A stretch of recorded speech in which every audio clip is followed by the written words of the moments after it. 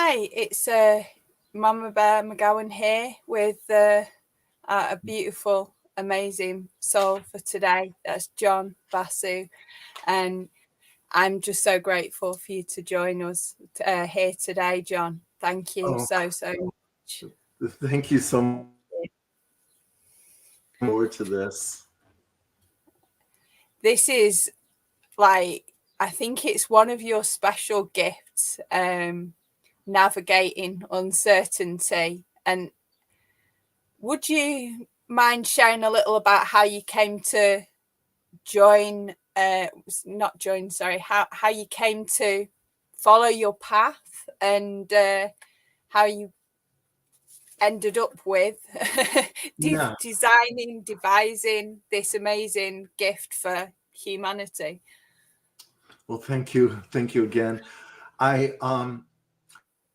I was a registered nurse, and I was working on a chronic pain inpatient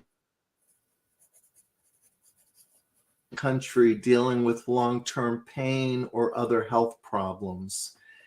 And they went through a 2 to 3 week period of time on our unit where, you know how doctors say you got to learn to live with it, and then they kind of walk out the door. Well, the nurses would teach people how to live with painful health problems or difficult, challenging health problems. And you know, doctors say, or nursing staff say, relax, don't worry, but then not tell people how to do that. Again, the nurses would teach people how to relax, how to cut down on this for a couple years, and then the unit closed. And there's a character in Chinese, for crisis. There's like danger and opportunity. And so I was kind of in a little bit of a crisis there myself. What am I going to do? I love this job on the chronic pain unit. I was in charge of their relaxation training, assertiveness training, stress management. We did depression education. It was everybody came off their narcs and benzodiazepines. So, you know, working in other medicines and getting people free from some medicines that were causing them more problems. Closing the unit, I had to figure out what to do next. So I went to the director of nursing, and she said if I could find 4 nurse managers willing to pay me part-time to work on their units doing stress management consults, that she would take care of my insurance and benefits. And so I went through the hospital. I talked to the oncology unit, the pulmonary unit, the GI medicine, GI surgery unit, and cardiology was a fourth one. And these nurse managers hired me, and then starting to get consults, the nurses would identify people for me to was a common thread that the biggest stress of all for people is when they were waiting and not knowing, being in this limbo. And it would just happen over and over again. And it's almost like I would be able to predict it. This person's going to talk about some type of being in limbo or waiting and not knowing. And, you know, there they did. They started talking about, you know, waiting for the test results, or, you know, being sick for a long time, not knowing what's wrong and hoping they're going to get some, you know, benefit here at Duke. And so that taught me, the patients taught me that the knowing. And so I put that label of uncertainty. Dealing with uncertainty is the biggest stress. And so recognizing that, I would start to listen for it in patients as they were sharing. And I've come up with some science. Could I share some of the science of, yeah, because science is, really, really important. And when you look at the research into stress management going back to the 30s and 40s, what we've learned is that stress really comes from change. Whenever there's change in life, even good changes, it can cause stress. So the idea of Christmas, the holidays, a wedding, having a child, a grandchild, good, but the change causes stress. So that's the first part. Change causes stress. The second is that everybody is different. Some people thrive on stress. Firefighters, military, police officers, ambulance drivers, high stress every day. They love it. It's what they do, thank goodness. Where you're going to have another individual that says, no, I don't like change. I want things the same. Everybody's different. But whether you love stress or hate it, where it comes together, stress is physical, sending powerful, powerful chemicals into the body, adrenaline, noradrenaline. So these chemicals can make the muscles tense, blood pressure up, stomach acid up, blood sugar up for someone with diabetes. It can make the breathing tight, pain worse, trouble sleeping, nerves on edge. So it affects the body. It also affects the mind and emotions. It tends to create worry. It tends to create a whole series, easy to anger. I know sometimes a person can be like a cup of water. When that cup gets full of stress, you add one more thing and it's overflowing. So this idea that the stress chemicals are affecting the body, the mind, and emotions, and I'll even say spiritually, it affects a person. You could see loss of meaning and purpose in life. So that's all can happen under times of stress. So certainly when we're in that limbo of not knowing, all of that can start taking place. And so someone hears relax, they hear don't worry, all that does is make it worse. So what I like to do is teach how. And right now, mindfulness is a very popular term and people use it a lot. I was asked to give a talk to Duke psychiatrists, residents, and interns about mindfulness. And as I was walking over to give the talk, I thought, this is their field, psychiatry, and this is what they're studying. Idea of mindfulness. So I sat there in this group of 12 highly educated people, very bright, and I asked them, what is mindfulness? Silence. More silence. So I thought, okay, I'm just going to sit and wait. More silence. And then finally someone said, it's confusing. Bingo. Yes, the term mindfulness is confusing to people. And so in my, brief 1-2 sessions with a person, 30 minutes, I'm not going to try to explain this confusing subject. So I've developed another approach, and that is using mantra. Mantra to me means something that protects the mind. And so I would teach, I call it self-relaxation skills. The idea, and I would love to share it with the audience today, the idea that you learn a skill.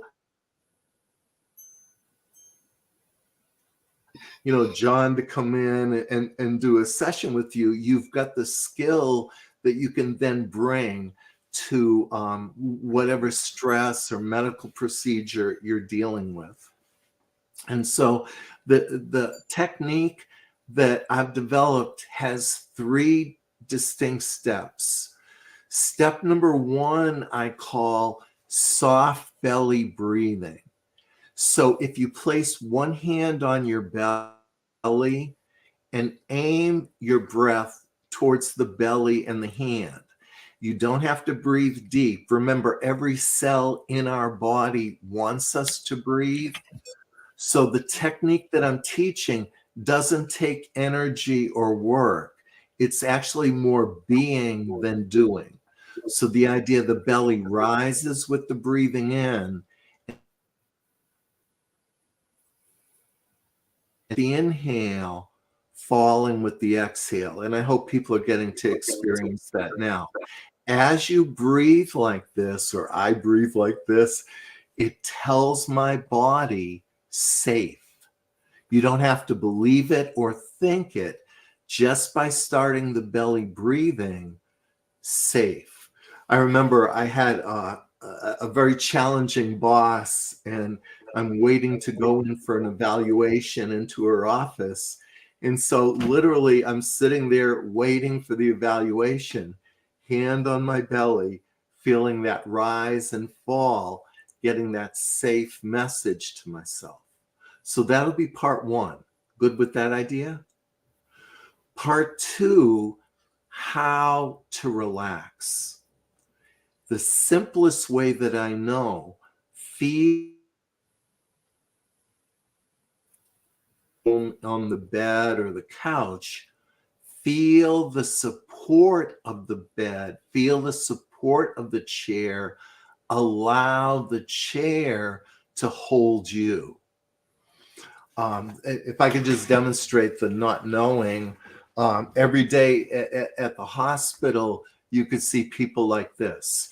When are they coming in here? What's that test going to show? I wish I could get out of this place. How are those kids doing at home? But what's going to happen to my headache? It's going to be worse. What's going to happen to my blood pressure? It's going up. What's going to happen to my sleep tonight? It's not happening.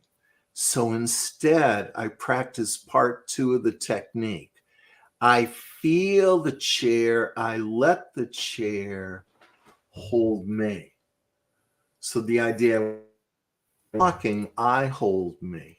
But as I'm doing the relaxation practice, I allow the chair to do the work. Good with part 2? Great. Part 3, take a short, positive thought, and that's going to be the mantra.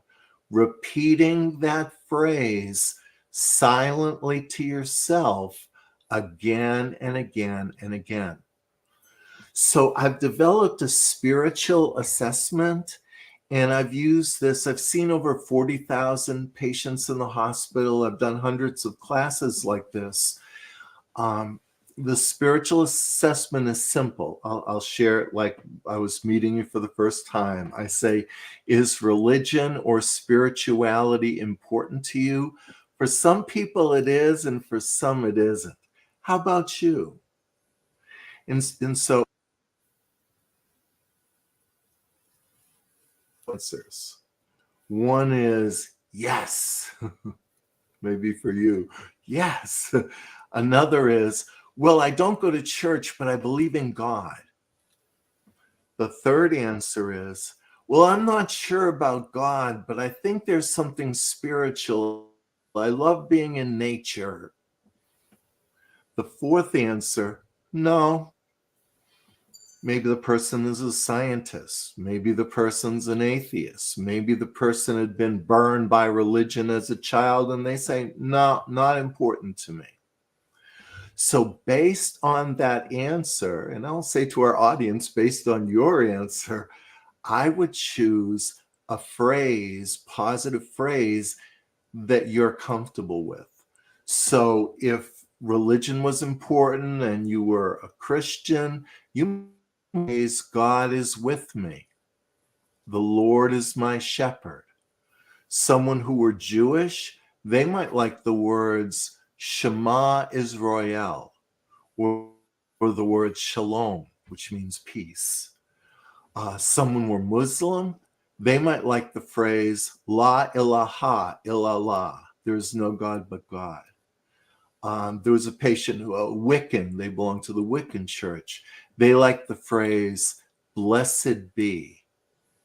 So you're getting the idea. I'm not pushing religion or my religion on a person. I'm asking them, according to your faith, according to your spirituality, what's a positive phrase?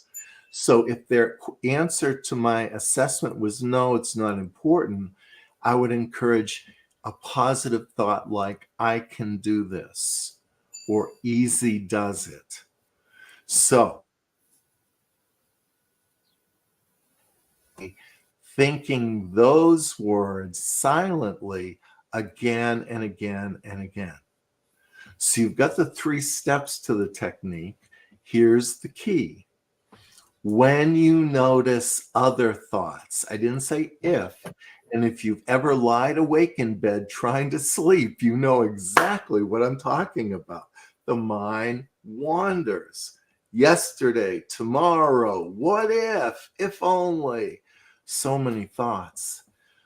During the relaxation time period, as soon as you notice any other thoughts, kindly let go of that thought, gently returning back to the relaxation words.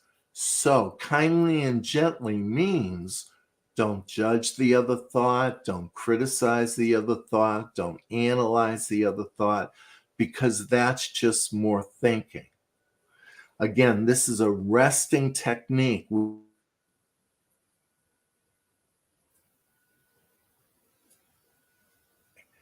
You're holding your body, you're in your body all the time. But when we do the technique, let the chair support. Thinking's always happening.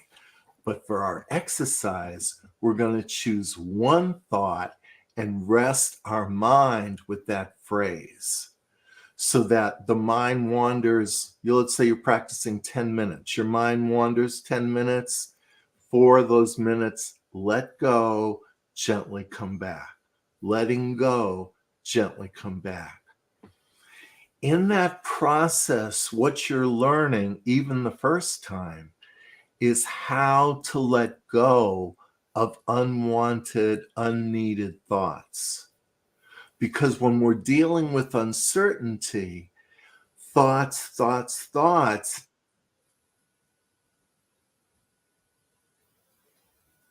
Ram Dass, one of our teachers, said the goal is to quiet the mind and open the heart. Well, how do you quiet the mind down when the mind is like popcorn? I'm waiting to find out if I've got cancer. I don't know what's going to happen to my child. Just all these thoughts coming and coming.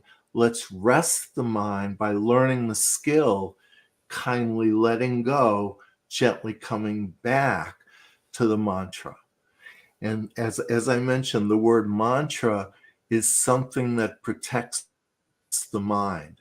And when we think about worry, when we think about rumination, going over things again and again, when we think about the judging and self-criticism that we do so often, our mind could use some protection. So that would be the technique that I taught in the hospital. That simple. I know mindfulness, they talk about, 8 weeks of classes, 2-hour sessions, an hour a day of homework. What I would do in the hospital would be a 10-minute practice of this, and then the person could get that experience. So that would be, my first approach of dealing with uncertainty. Any questions on that, or should we practice it? Or I was practicing, as you were saying, I was giving it a go. So I was, and I managed to amaze myself. I kept my hand rising and falling while saying the mantra. I'm feeling myself held. I thought I'm doing all right here because I've never really been able to tap my head and rub my belly, So I usually have to focus on one thing at a time. So I was able to sit and hold myself and feel myself being held and repeat the mantra. And it was really simple. And I also noticed my pain going down, which I wasn't expecting with, it's a few minutes. And in Of that time, instruction. Yeah. practicing that, the pain that I have, the constant pain in my back has really reduced considerably. And I feel a lot more relaxed. So, and that was just doing it. So it would be awesome to do some more or find out more. But for me, yeah, that was really cool. Thank you. Yeah. Pain tells the body danger. And so, the pain takes over. It's going to give us more stress, which then is going to make the pain worse because of those stress chemicals. So the idea, instead of the pain being in charge, we're moving to be more in charge by, even though the pain is there, sending a safe message to the body, lowering the stress chemicals, and can definitely help with pain. I found, we worked on I worked on the pain unit, and so learning this self-relaxation skill is very, very valuable. Let me share another, I call it a jewel of pain management. Yes, please. Now, somebody who lives with pain, 6 months or more, they're, so I'm thinking that's your situation, because, you look fine, but, you're dealing with pain. My guess is that it's been there, 6 months or even longer. About 2 years. And so, yeah, so looking at you, people wouldn't know. So one way of dealing with that is a number system, 0 to 10. 10, the worst pain you can imagine, 0, no pain. And I know some people, maybe in the audience today, even have a hard time with this number thing. And, my pain is 9. You hit me in the head with a hammer, it's going to be worse. So what's important to understand is that all the healer is doing,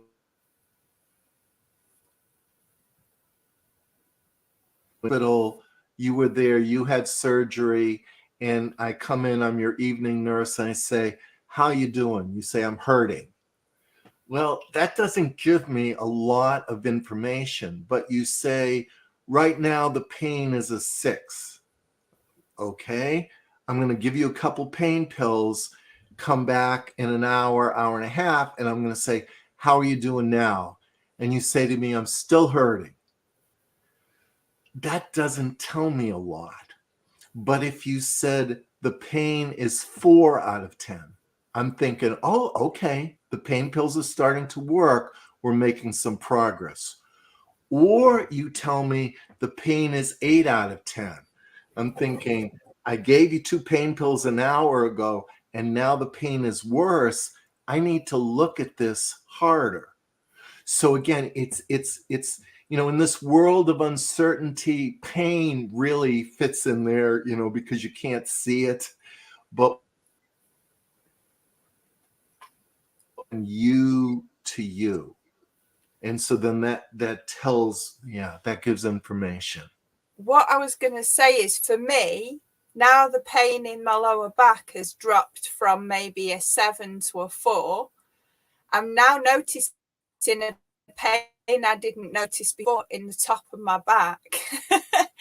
So if someone said to you, all of a sudden I've got a pain coming up, I hadn't noticed that before, would you just repeat the thing again? Or is it normal to all of a sudden have a random pain coming up that had not been recognized? Is that, or is it just me? Yeah, no, I could say, we didn't really practice the exercise. when I did research with this technique, we got like a $1 million grant from this mantra meditation with high blood pressure. Well, we had so many people interested in the study that didn't have high blood pressure. We did a stress management study in conjunction. And one of the scales we used was called the brief symptom inventory. And so we were able to see people's symptoms as well as their psychological. And people practice this exercise twice. Well, being the teacher in the research study, I had to tell everybody the same thing. So I told everybody, practice twice a day, 15 minutes. And we gave them diaries to keep. And what we found when we did the evaluation of the research was that with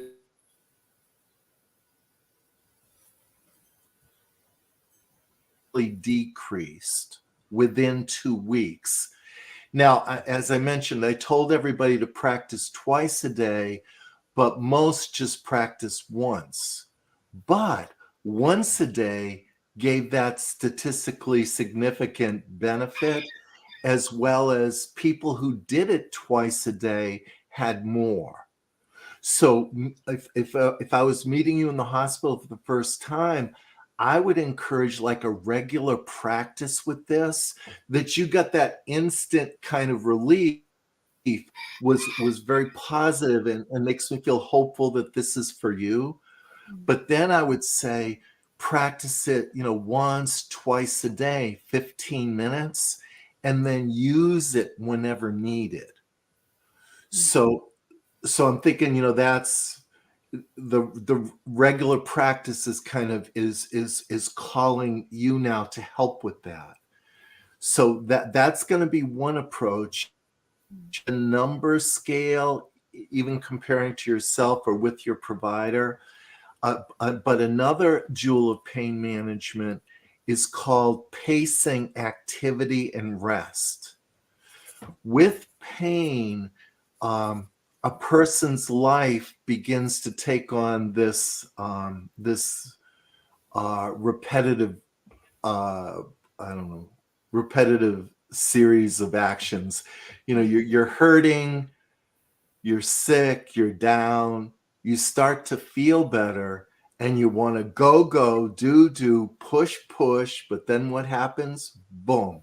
The pain flares up, knocks you down, you're hating it, you're frustrated, you don't know when you're going to feel good again. So you start to feel a little better, maybe not, but you go, do, push, and then boom, pain is down. This name for it, they call it the pain cycle. And the challenge is, you're right. You get sick and tired of being sick and tired. You don't know when you're going to feel good again. So you have that good day and you want to just push and push, but it doesn't work. A person overdoes it, then they pay for it with more pain or symptoms. However, lie around all the time, that's going to drain you worse and get you depressed on top of it. So, active, rest, pacing, activity, and rest.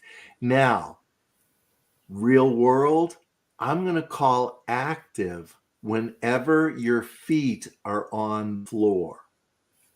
So sitting like we are, standing or moving about is active. Resting is feet off the floor. Reclining chair, feet up in the bed, on the couch, that's resting. So at this point, when I was explaining it in the hospital, I'm sitting in the chair, the patient's lying in bed, I would say, I'm talking on the telephone now. Am I active or resting? I'll ask you. Mama Bear, am I active or resting? I'm talking on the phone. Are you sitting up or stand? Yeah, Right now I'm sitting in the chair. So you're active because Yes. maybe your feet are touching the ground. Yep, I'm active because my feet are touching the ground. I'm sitting here doing nothing. I'm active.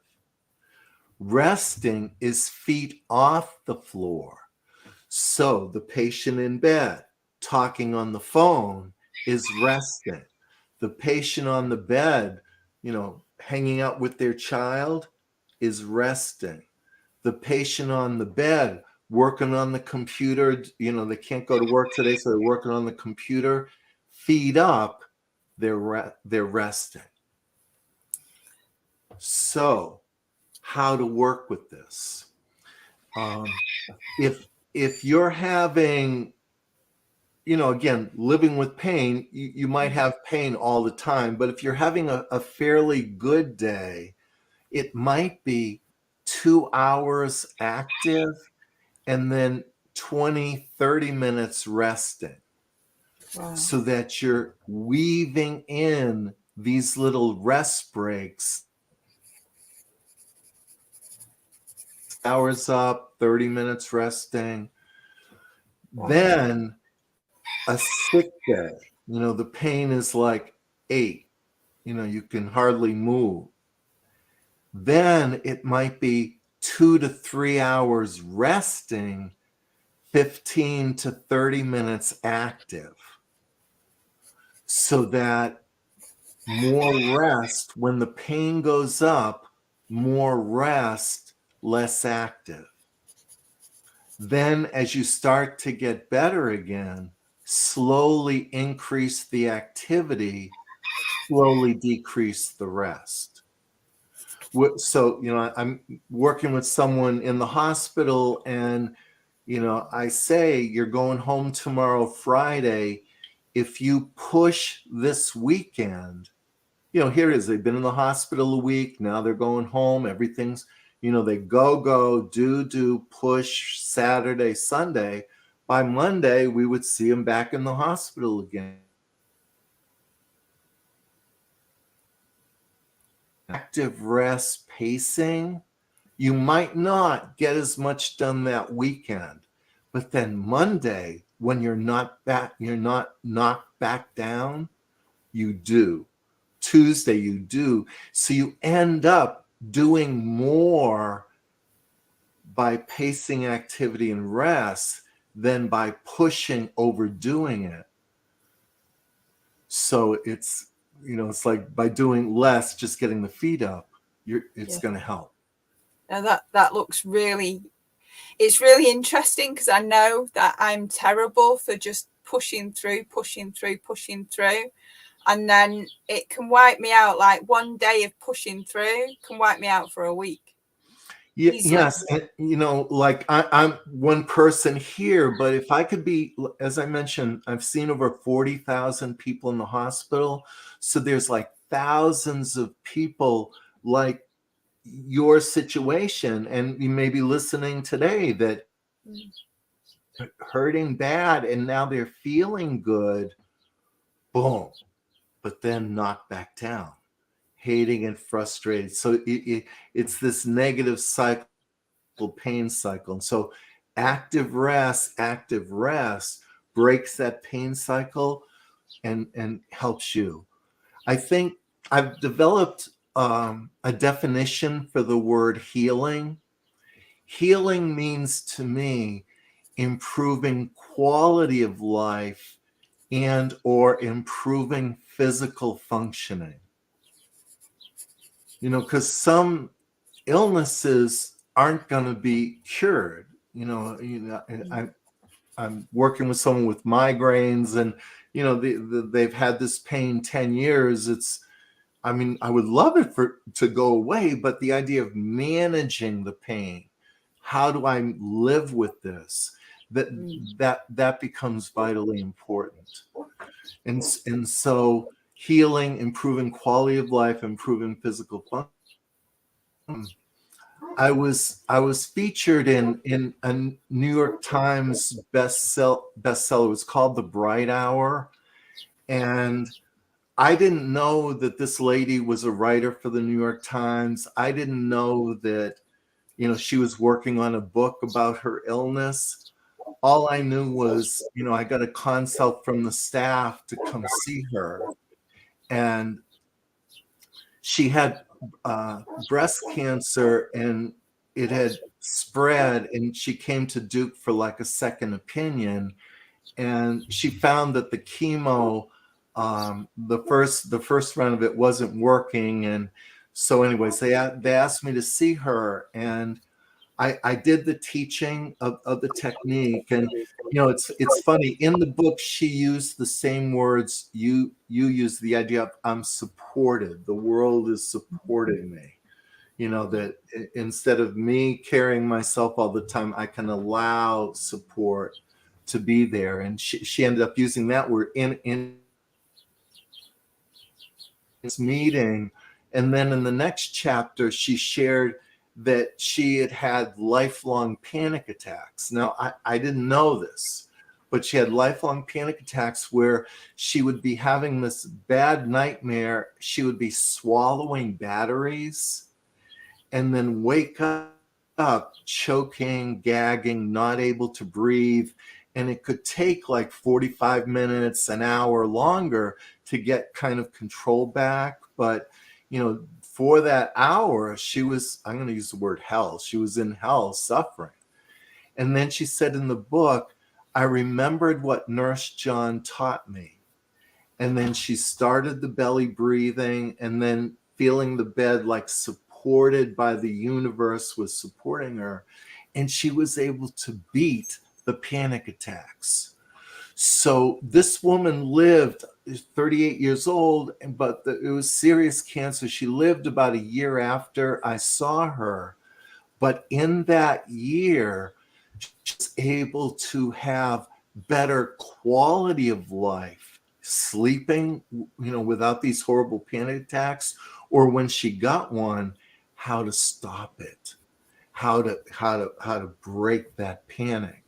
And so she had greater quality of life. And then she shared in the booklet how, you know, dealing with her mother had a serious illness too, and how that would stress her out. And she remembered what Nurse Jon taught her and was able to weave in the technique all through the last year of life. So this idea of healing can come at any point in life, improving quality or improving physical functioning. You know, in the hospital, it could be a situation where a patient is going to the bathroom at night. I'll never forget this. He's waiting for a lung transplant. So, you know, right there, you've got a boatload of stress. Also, because of the surgery, they took him off all of his benzo. Get up at night, go to the bathroom, and then he'd have a panic attack in the bathroom, couldn't breathe. Two nurses would come in, his wife would wake up. And so they asked me to see him. And so I taught him a way to catch his breath. You notice if your hand's on your belly and you breathe to the hand moves like that, same as if I'm catching a ball. You throw me a ball and I catch it, my hand goes back. So I taught him hand on the belly, breathe to the hand, you're catching your breath. And so the next night, he's got to go to the bathroom. He's sitting on the side of the bed, boom, catches his breath, walks to the bathroom, does his business, walks back to bed, didn't have to wake up his wife, didn't have to call the nurses. You know, so this can be really, really empowering and you know, helping with self.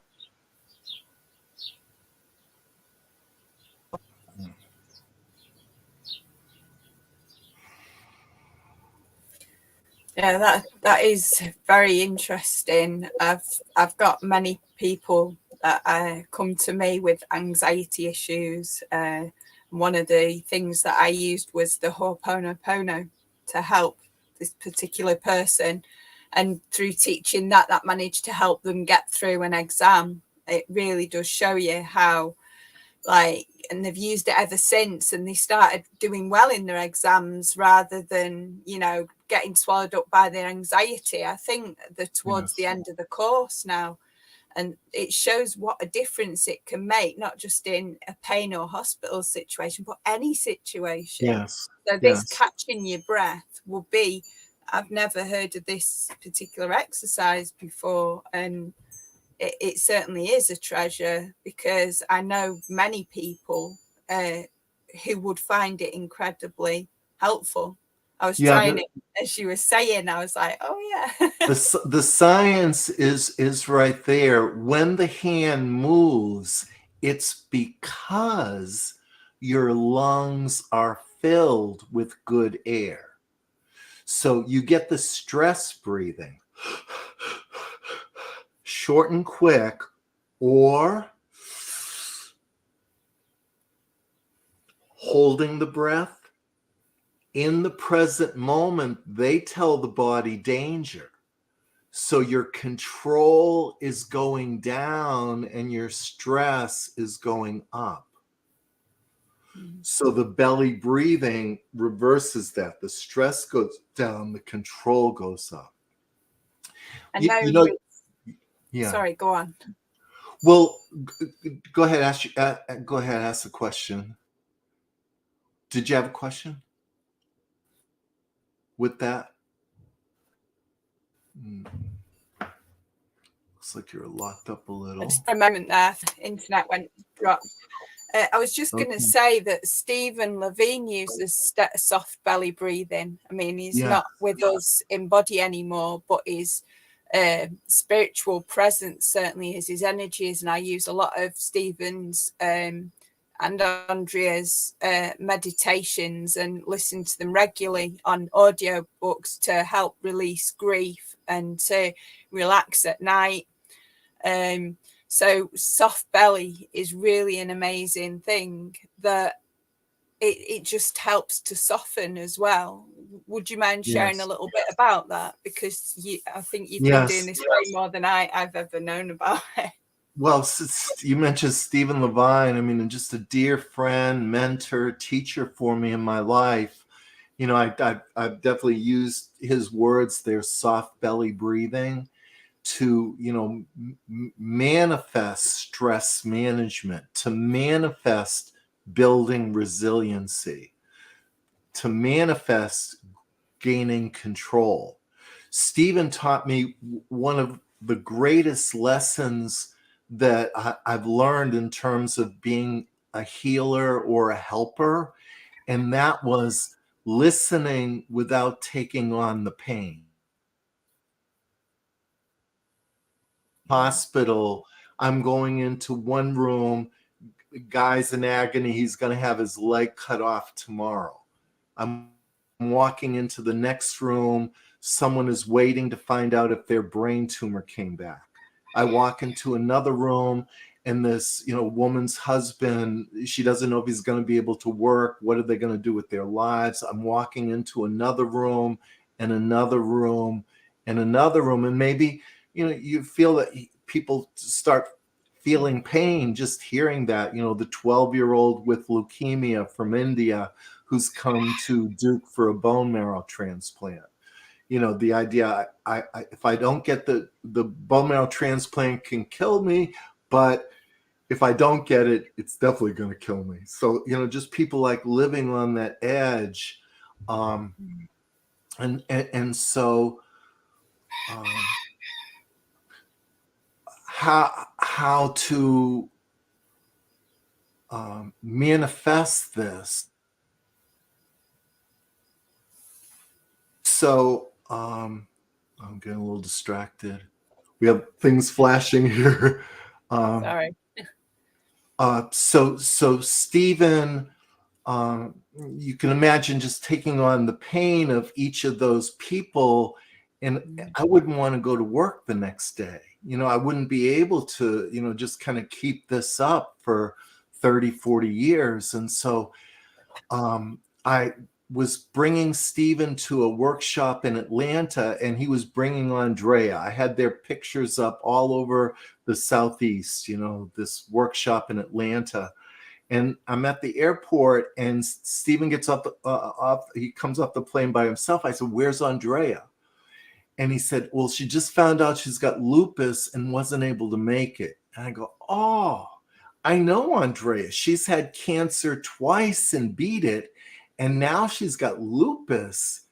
That can be a debilitating illness." And so, you see the pain knows, and he says, "Wrong answer. It's new moment. Lupus. Cancer. New moment." And I'm standing there in the airport, and my mind starts racing. Here it is. I'm hurting. Am I helping Andrea at all? She's in New Mexico. I'm in Atlanta. I'm hurting, not helping her at all. I'm hurting there. Am I helping Stephen? No, he's having to comfort his friend Jon. He's having to do some teaching with me. It's like, so I'm realizing I'm hurting, and it's not helping anyone. My mind's racing. Pity versus compassion. Pity is, "Oh, you poor thing. Thank God it's not me." It's separation. Compassion, having the courage to touch pain with love. Respecting another person's ability to deal with what life has given them. So my mind's continuing to race. I had this private interview a while ago with Ram Dass. I was looking forward to it. Hitchhiked to New York City. Private interview with Ram Dass. I'm sitting there waiting. He comes in the room and he says to me, "If there's anything you're afraid to tell me, if there's anything you don't want to tell me, if there's anything you're ashamed to tell me now." Okay. And so I start talking, and about 10 minutes later, you know what he said to me? He said, "You can do better than that." Oh, so I shut my eyes and I said, "Well, I used to play with matches and there was a fire and sharing. Both my parents are alcoholics, just going on, sharing." And then finally, I opened up my eyes again and looked at him, and he was looking at me with love. Unconditional love. All of that garbage didn't faze him at all. And so kind of remembering that in that moment. So that powerful, powerful teaching from Stephen, the way I took away from that was, if like you're sharing, about the back pain, I don't go, new moment, because it's not appropriate. But what I do is I nod and I say, "Okay, tell me more." Or, "Okay," I go into supportive listening skills. And when I do the okay, I'm nodding, and I kind of okay to help center myself that this moment is just enough. Center myself. Spirituality is very important to me. The idea God is real, God is here. So in this, it could be a huge amount of suffering that I'm hearing about. I'm able to kind of be there with loving awareness, allowing the person to share. So that's another powerful tool for navigating uncertainty, is finding support for us, finding outlets for us to talk and share. It might be counseling. It might be having a close female friend. It might be a support group. It might be, some people aren't talkers, but their journal, and they're writing their diary, and that's a way for them to kind of, get out some of the stress. So, kind of bringing that, talk about what's going on. For caregivers, this can be very challenging. It's almost easier for us to take care of others, harder to do things to take care of ourselves. Easier to give to others, harder maybe to let people give to us. Let me share another story here that Manny has just said. It's such an underestimated power, but so important.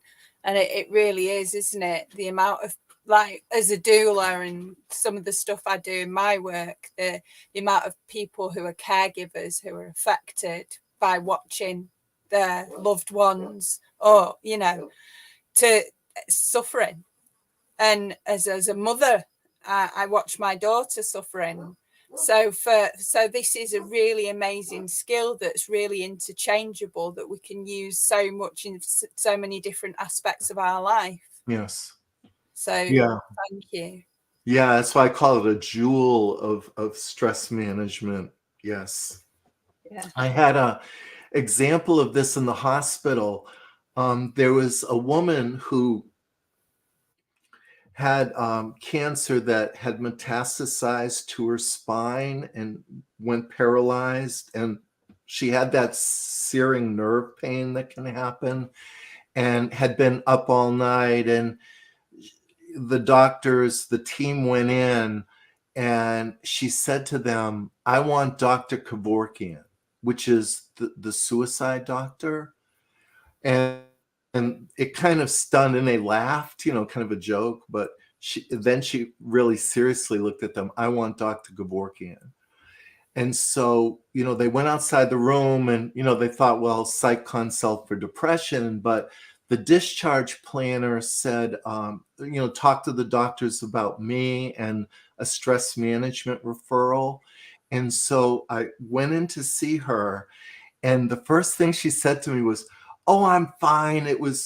I don't have any stress. It was just a rough night." I goes, "Oh, wonderful." And I look at stress a little differently. And then I talk to her about the change. Stress comes from change, and she's looking at me. I guess I do have some changes going on in life. And so, to make a long story short, she shared at one point. I asked, what are things that you've done that, kind of feed your spirit, or, and she said, well, I went to Central America and I helped build churches for people. And that made me feel so good. And then they would have fiestas for us afterwards. And I felt so good inside. And I said, "Oh, wonderful. If you can go home now and let your family take care of you, how will that make your family feel?" And she said, "Good." I said, "Yes, good. But I'm giving you the hard job to receive the help." That is a hard job. Receiving is such a hard job. It's one of the things that comes with the grace that's brought with the stroke, the grace that Ram Dass himself experienced with his stroke. And he wanted to rewrite the book, How Can I Help You? And I'd read that, and after my stroke, having to accept people like carers to come in when you've never had a carer before. And I'm about to undergo an operation myself, as you know, and after that I'm going to have to, whether I like it or not, accept help when people cooking, walking the dogs, living in my space with me. And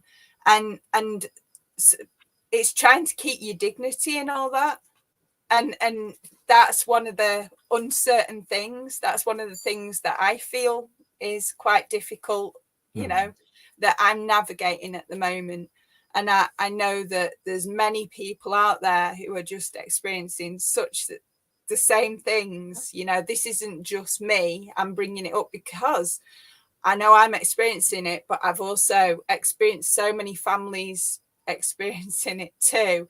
And I watch the dynamics between the cared for and the caregiver, and how people can forget and lose their roles, and they lose their identities. They go from mother and child to carer and caregiver and things like that. And it really throws a spanner in the works, so to speak. Yes. So learning and accepting that it's okay to give and receive. Yay. Yes. It's okay and necessary, important. And you mentioned Ram Dass. One of his great teachings is we are souls, not our roles in life. And so to me, like, someone in your situation who, you're not the caregiver right now, you're the care receiver. Well, you're not that either. You're your soul. And another teaching of Ram Dass that really struck me was,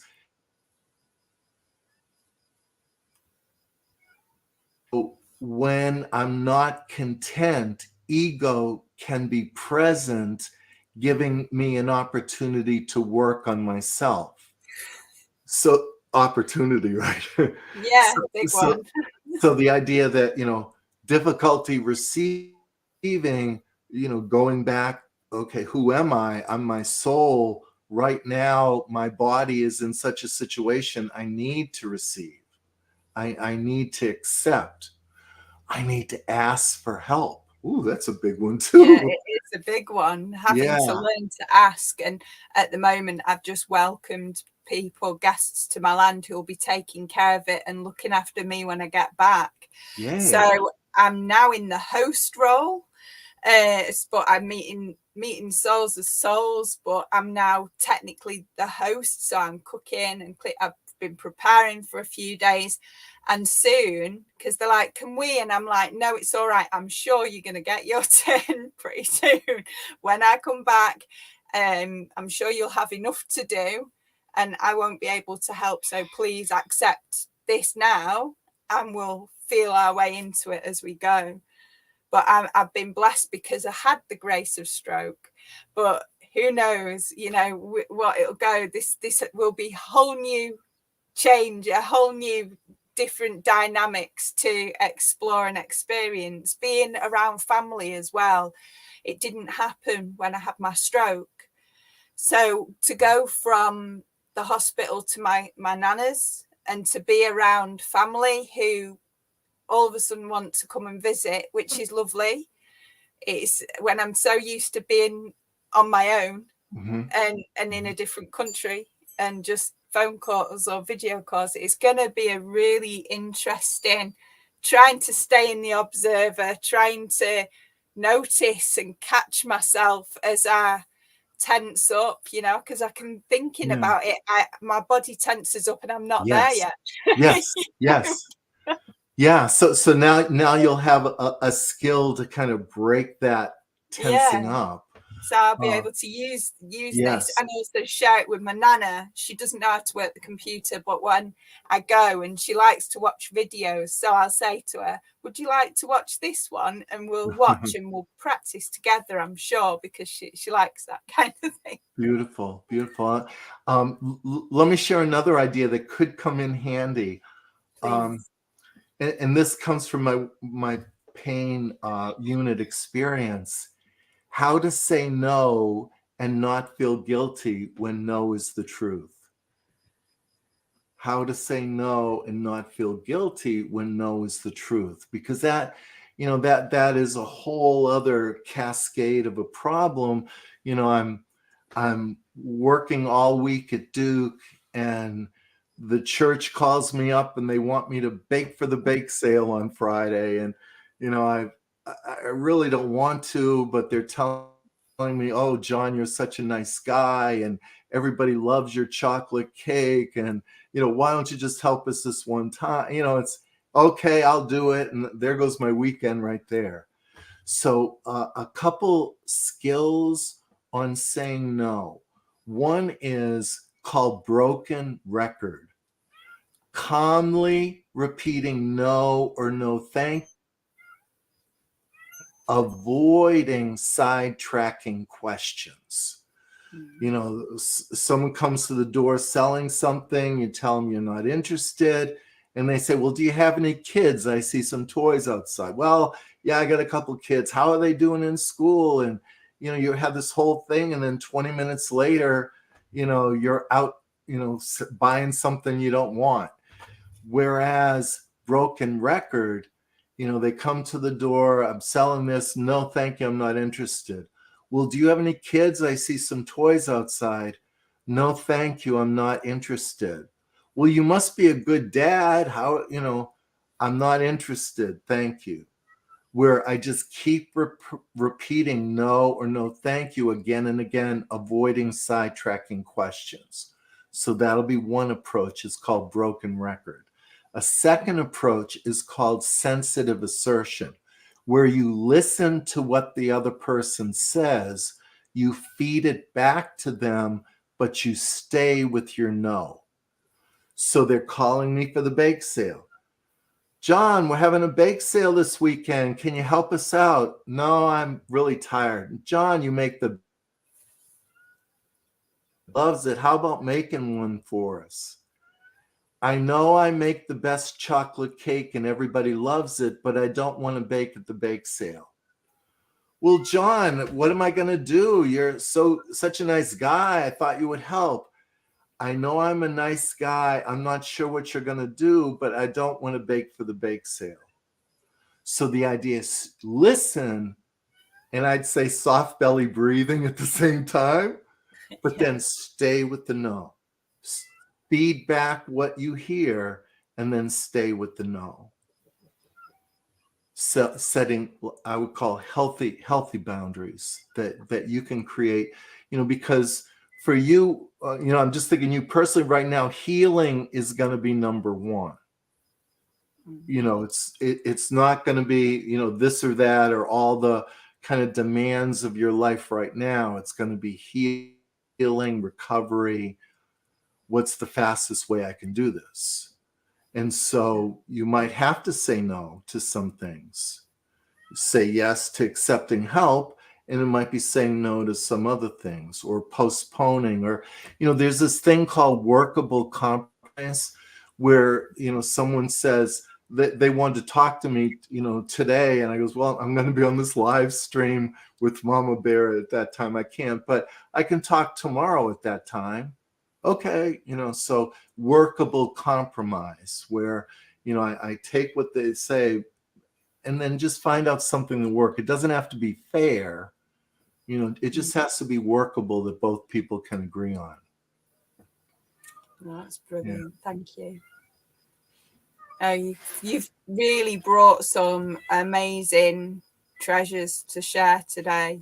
It's so, like you call them jewels. And this is why, Ram Dass must have known in his heart, he must have had that feeling that for you, nursing was the way forward, and that would be one of the gifts that you bring to the world. He will have seen it in you, I'm sure, because it was due to his encouragement that you took up nursing in the first place, and now you've serving, and you're loving and serving all these people. Not just funny in the hospital, that moment.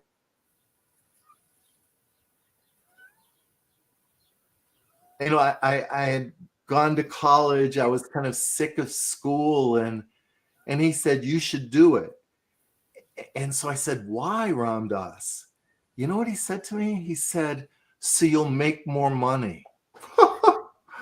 I mean, I would have thought of 100 other answers Ram Dass would have given me, but you'll make more money. And so he was right. By continuing my education, I did make more money, but that's not all. I was able to create a position doing stress management teaching, getting paid to do it. I've taught mantra meditation to over 40,000 people, and just, it really works. It really works. But the practice is important. You learn the skill, how to stop unwanted thoughts, the first practice. But then you work with it, even 15 minutes once a day. And my promise is within 2 weeks, you'll notice improvement in what you're looking to improve. I would encourage you for a period of time. People switch them around, and even within the same practice, they'll switch around. But the best is to use the same one for, I'd say, at least 3 months. When I did my beginning training with Ram Dass, I would use the same mantra for a year. And what he said was that at some point in time, the mantra becomes hollow and not as meaningful and like feeling empty.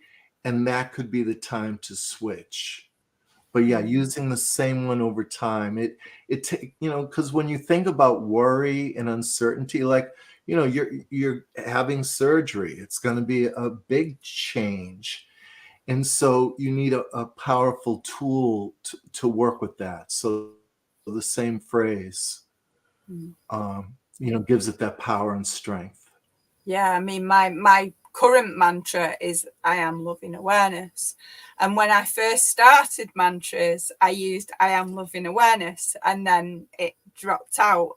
I can't tell you why or when.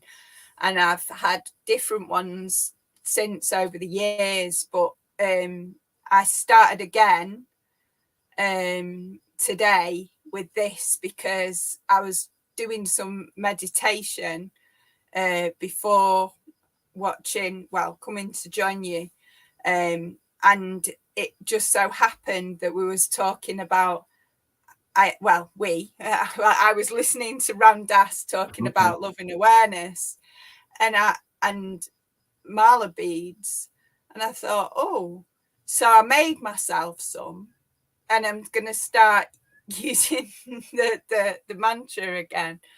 I know people might take it funny, but these are just beads that I've put together symbolic of mala beads, so that I've got enough. I've done 77, which is not the number that mala beads should have. They should have 108, but I'm able to I'm able to touch them, and I've done it different sizes so I can feel with my fingers, because I was thinking, I need something that I can hold and something I can fiddle with that's gonna go through my fingers easier if I'm in pain or discomfort more than usual. So that's why I've done them like this, and I thought, if I get myself into the habit now of repeating the phrase, the mantra, then by the time it comes, then I should automatically do it instead of forgetting what I was supposed to do. Because sometimes when we're in shock or pain, we can completely forget, or back in that a change happens and we're in that fight, flight or freeze, and we're not able to bring ourselves back online, which is where you would come in and help, and you'd help someone come online in that time when they're suffering with shock. Well, I'm trying to prevent, I haven't got you coming in. So I'm just setting myself up now, ready to it's like what you're doing is you're the cup, as it's getting full, you're wanting to kind of keep emptying it so it doesn't overflow. So you're staying in control. The stress is still happening, more is going in, but you're lowering it at the same time, giving you more control. Excellent. With that phrase, a little bit too, could I share a little tip? Oh, yes, please. If it shortens to loving awareness, that's fine. Because I'm saying use the same mantra, with that one in particular, I am loving awareness. As you work with it over time, it might shorten naturally to just loving awareness. And if that happens, that's okay. You know, one year I worked with Lord Jesus Christ, Son of God, have mercy on me, a sinner. You know, that's how it started. At the end of the year, it was just Lord, Lord, Lord. It was just down to that one word. So, you know, in working with a mantra, that experience can definitely happen where it might start off long, and that's fine, but then it shortens naturally. Yeah. With Ram Dass, when he was saying today, he was saying that the word awareness was because when Maharaji had said love everyone, he'd been talking about loving everyone, humans, and Ram Dass said, well, look at the wall. I love the wall, and I love all things, not just humans. So awareness helps embrace all of it. So I'm hoping, like the intention is that I can remind myself to not just love the people that are trying to help me, that I might be struggling with receiving their help, but also that I can appreciate and show gratitude for everything, the hospital, the staff, the staff, they're still humans, you know, the bed, the everything. And most of the time in places like hospitals, the most humans that we meet, it's usually the cleaners, and Ram Dass had said that as well, because they come in and just do the bit and nod and say hello, and you know, it's just two souls meeting. You know, they're doing their thing, you're doing that your thing, and you've not got that mix. Whereas if a doctor comes in, you're very much a patient. If a guest comes in, you know, you've got the guest, you're the patient with the guest visiting. Whereas with the cleaner, you don't seem to have all that, you know. It's just you and them, and you're just two souls being. So I'm absolutely, so there's a lot for it for me with that phrase, and maybe it will shorten, I have no idea, but that's why I've chosen to use it, and that's why Beautiful. I started using a tool, just because I know that my hands will get fidgety and I don't know what I'll be allowed to touch or not. So yeah, the mala is like this kinesthetic tool to help bring you back to the present moment, where you know you're touching it, you're feeling it in the present.